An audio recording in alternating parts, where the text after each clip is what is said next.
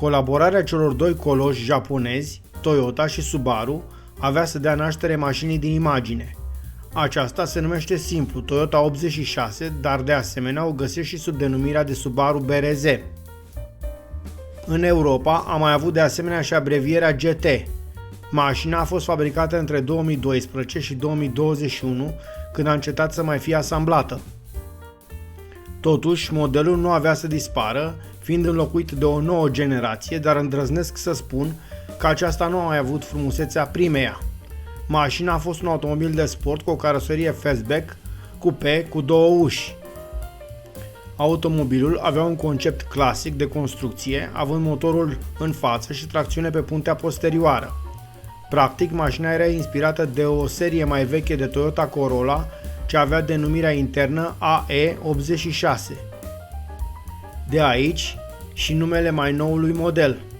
Era o mașină foarte bine echilibrată, având un raport al greutății de 53 pe 47, adică foarte aproape de a avea aceeași greutate pe puntea din față ca cea din spate.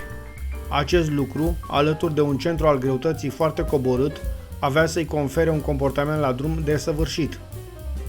Motorul era un 2 litri boxer cu 4 cilindri din producția Subaru, având alezajul și cursa egale, având 86 de mm fiecare.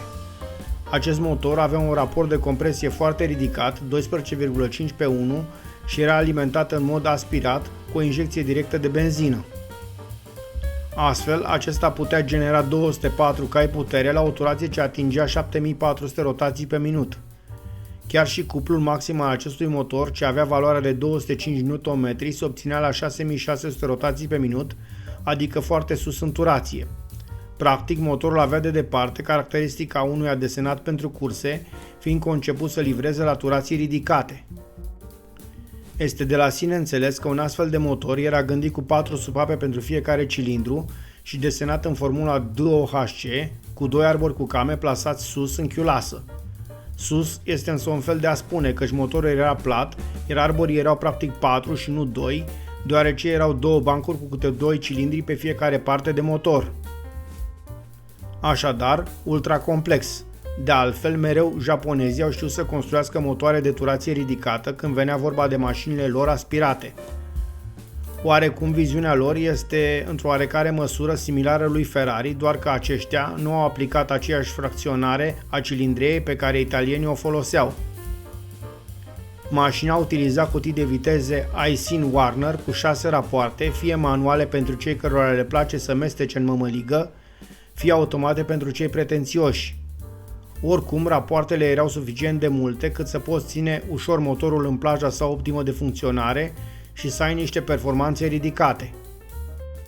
Ținând cont că mașina nu era una mare, având doar 4,3 metri lungime și o greutate apropiată de 1,3 tone, demarajele până la 100 de km/h se realizau în 7,6 secunde, iar mașina putea susține o viteză de plafon de 226 de km/h.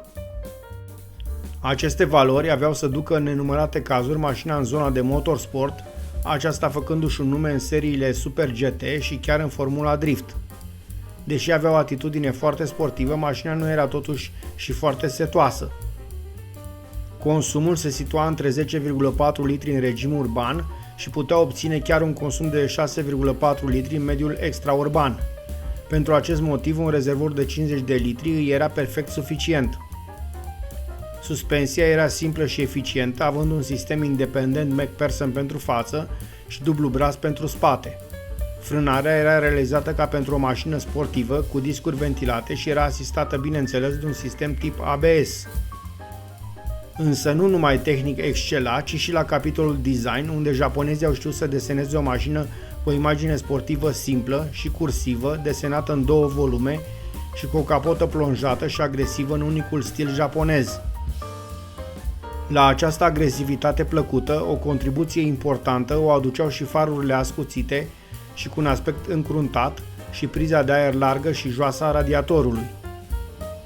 Nici spatele nu lăsa de dorit, ci din contră era superb desenat, în special în zona blocurilor de lumini, care imediat te făceau să înțelegi că te afli în spatele unei mașini pe care nu prea ai cum să o urmărești.